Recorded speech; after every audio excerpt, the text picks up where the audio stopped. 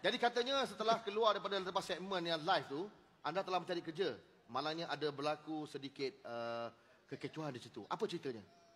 Saya kerja semua kena buang abang. Semua kerja kejap, berapa hari buang. Kerja kejap, berapa hari buang. Dia cakap saya tak normal lagi. Kurang hajar dia orang ni. Saya... Kenapa tu? Boleh muzik sedih abang? Oh, sedih muzik. Banyak minta dia ni.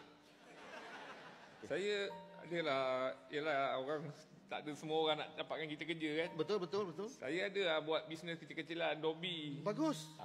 Tapi nak beli mesin mahal, jadi saya basuh kat sungai. Tapi tak apa, selagi baju boleh basuh tak ada masalah. Apa masalahnya? Baju yang boleh basuh bang, tapi banyak yang hanyut. Jadi orang dah mula tak hantar, orang cakap tu tak boleh. Jadi saya ikut kontraktor wiring bang sekarang. Mungkin ini berjaya. Saya wiring memang ada kemahiran lah dulu. Saya tahulah negatif, positif tu kan. Oh, tahu. Saya tahu. Tapi bila kita dah wiring semua, bila dah siap tahu rumah tak sabar nak tengok, saya on je. Rumah sebelah yang nyala bang. Kalau boleh saya tahu, punca rumah sebelah menyala tu kenapa? Saya tak perasan, saya tarik wire bumi rumah sebelah tu.